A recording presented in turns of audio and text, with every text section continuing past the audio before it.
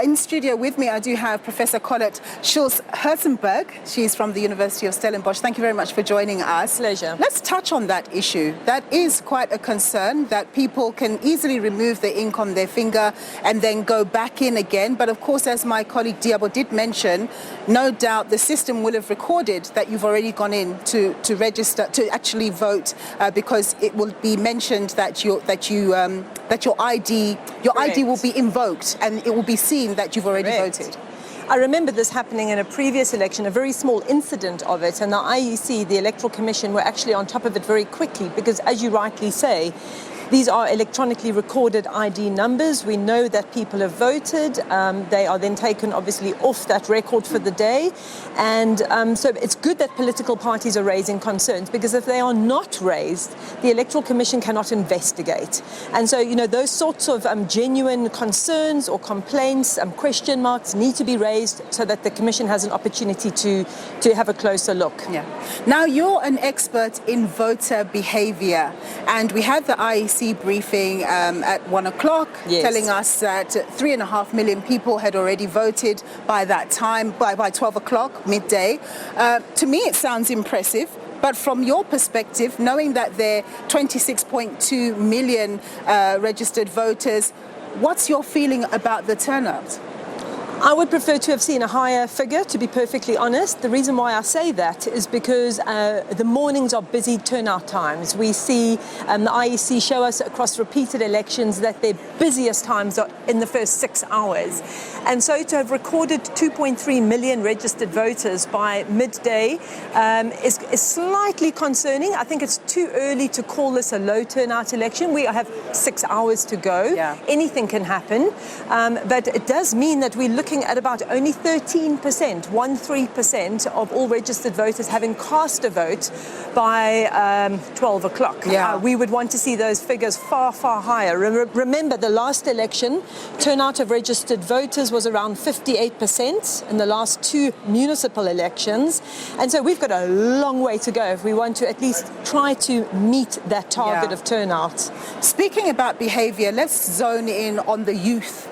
Now, we do see that in terms of the registered youth vote, it, relative to other cohorts, not that great. And especially the 18 to 19-year-olds, I mean, it's 0 point something.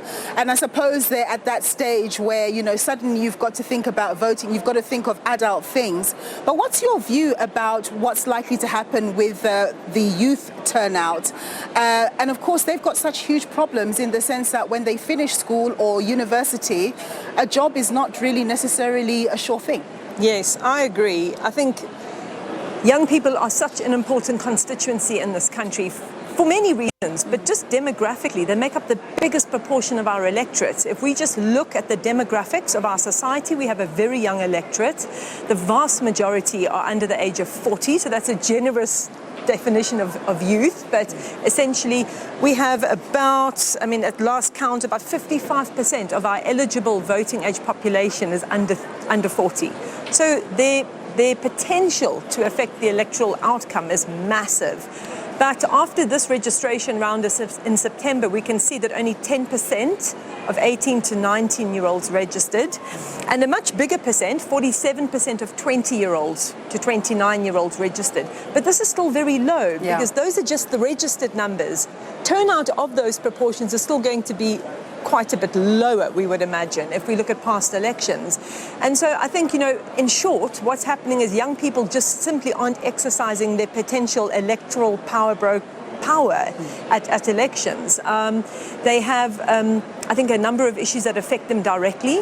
Certainly unemployment is right up there, of course, as a key issue affecting young people. But also what's so interesting about young voters is that they're very unpredictable for a whole range of reasons. Indeed. We're going to go shortly, but just give us your key takeaways in terms of what your expectations are from today. In terms of outcomes, yes, I think we're going to see, we need to see voter turnout increase in the next few hours for it really to be a meaningful election. We can't hand over a hollow mandate to our governments across our municipal, municipalities. We need turnout. I think this election is largely driven by performance, what's been happening at the local level, rather than long-standing party identifications and loyalties. This makes it a very important election. And I think tomorrow we will wake up to see coalition making across our country. Professor Collette Schulz Herzenberg, thank you very much for your time, ma'am. She's from the University of Stellenbosch. That's all we have for you from here at The Rock. That is from myself, Nompumelelo Siziba.